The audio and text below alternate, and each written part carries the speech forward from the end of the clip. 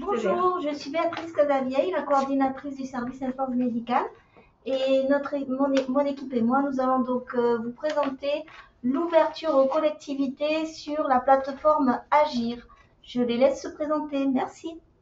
Bonjour, donc je me présente, je suis Madame Persin et je travaille aux instances médicales en tant que gestionnaire.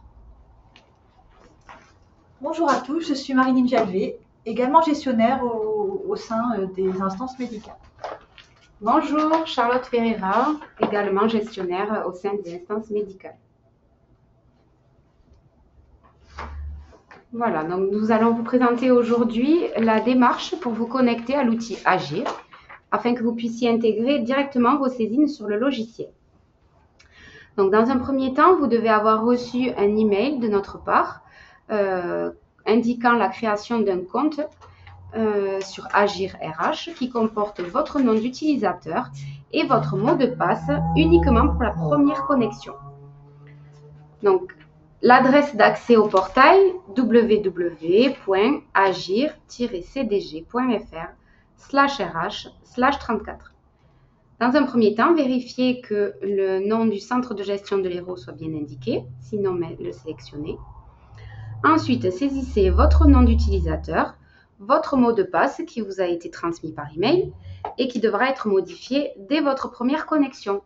Cliquez sur Valider. En cas d'oubli de votre mot de passe, l'administrateur se chargera de vous renvoyer un nouveau mot de passe. Si votre référent quitte votre collectivité, merci de nous en informer le plus rapidement possible et de nous communiquer le nom, prénom, téléphone et adresse mail du nouveau référent, afin que nous puissions procéder à la mise à jour du contact sur Agir. Voilà, donc nous allons vous montrer maintenant en temps réel comment créer une saisine. Cliquez sur Instance, Conseil médical, Nouvelle saisine. Sélectionnez le créateur. Les informations, email et téléphone se rempliront automatiquement. Ensuite, dans la liste déroulante, sélectionnez l'agent pour lequel vous voulez faire la saisine. Bien remplir du coup toutes les cases où vous comporte une petite astérix rouge. Donc ensuite, vous devez remplir dans la case l'affectation de l'agent, son emploi, son poste, la case en dessous, la date d'entrée dans la collectivité, la date d'affiliation à la CNRACL, la date de titularisation, le nom du médecin du travail, puis le nom du médecin traitant de votre agent, son adresse, l'adresse, code postal, la ville. Ensuite, vous devez donc choisir l'objet de la saisine dans le déroulé, ajouter dans le déroulé, puis le motif de la saisine. Important, il faut appuyer sur le petit V vert pour valider la saisine.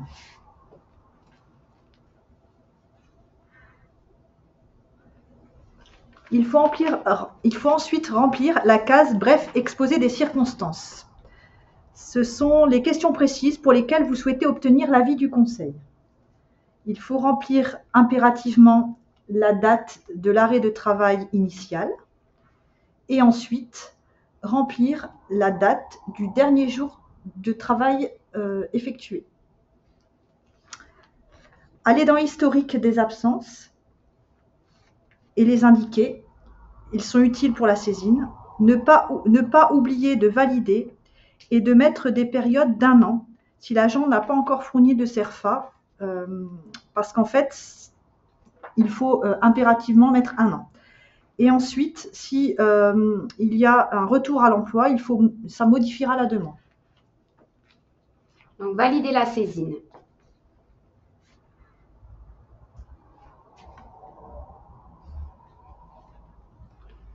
Là, on vous donne un numéro d'enregistrement. C'est le numéro d'enregistrement de cette saisine.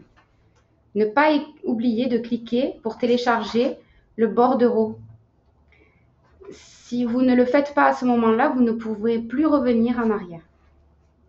Voilà, donc il va vous l'ouvrir en format Word et il reprend toutes les informations que vous avez pré-remplies précédemment.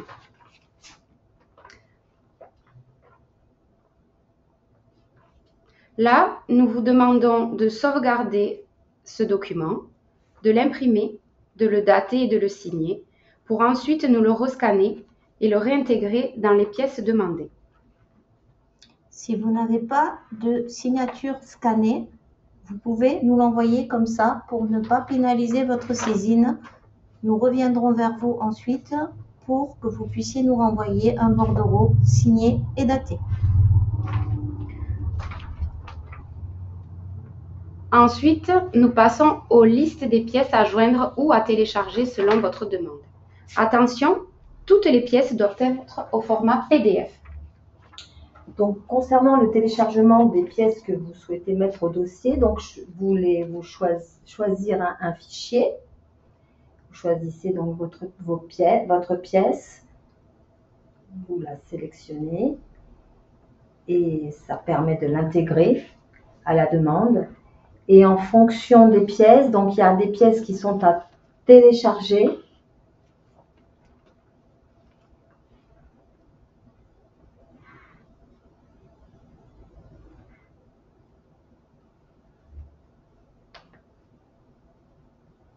Et des pièces qui sont aussi à envoyer. Vous avez des pièces qui sont facultatives et des pièces qui sont obligatoires. Attention, les pièces obligatoires bloqueront la saisine si vous ne les envoyez pas. Et toute pièce médicale doit être envoyée sous pli confidentiel.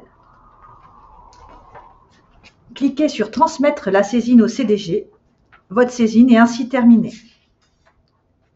Si vous ne trouvez pas votre agent, vous devez donc le créer. Vous allez donc dans Agent, Liste des agents, Ajouter un agent. Vous cliquez sur Créer l'agent. Donc, toutes les cases sont à remplir.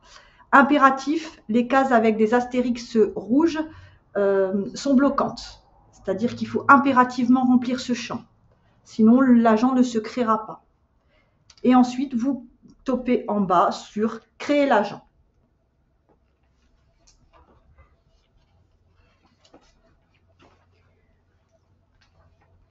Donc ensuite, vous pourrez suivre vos saisines en temps réel en cliquant sur Instance suivi des saisines. Vous verrez ainsi l'état de vos dossiers. Il y a plusieurs phases d'organisation. Donc en premier, notre réception et le traitement du dossier.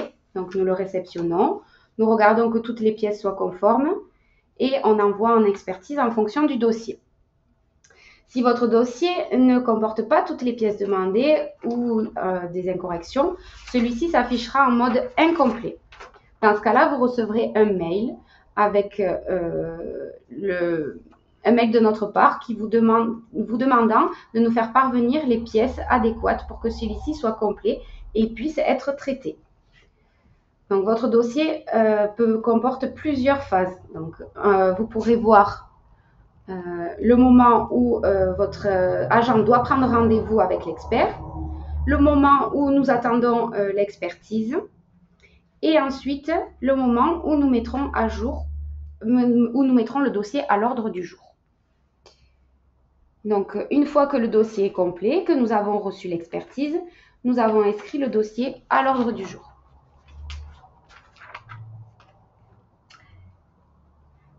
Une fois le conseil médical passé, vous recevrez donc par email le procès-verbal de passage, toutes les pièces médicales AF4, AF3, expertise, le document ATIACL seront envoyés par courrier à vos adresses postales.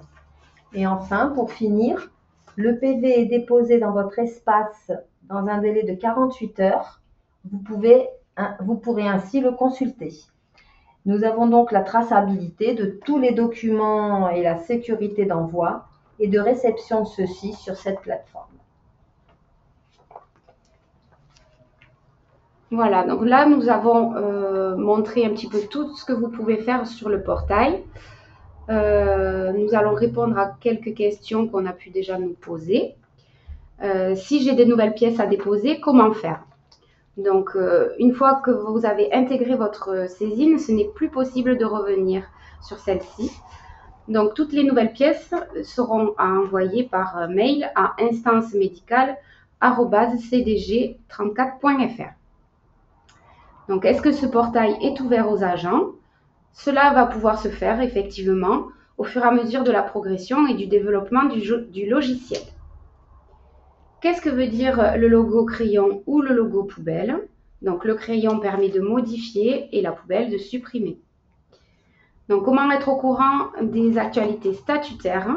Sur votre page d'accueil, vous avez la possibilité de voir l'actualité concernant le conseil médical, les séances, les statuts, les nouveaux décrets. Et du coup, à quelle date pourrons-nous saisir nos dossiers dans Agir? Nous nous fixons le 1er septembre 2025 pour l'ouverture de cette plateforme. Serez-vous accompagné? Bien sûr, nos services se tiennent à votre disposition pour cet accompagnement. Vous aurez aussi à disposition un guide utilisateur et des programmations d'ateliers en présentiel et en webinaire. Puis-je personnaliser ma page? Oui, vous pouvez inscrire et personnaliser votre page avec votre logo. Ce logiciel est-il payant? Non, il est mis à disposition pour satisfaire les collectivités et diminuer tous les délais administratifs afin d'assurer une meilleure gestion de vos agents de manière sécurisée. Merci beaucoup pour votre écoute et bonne utilisation du logiciel.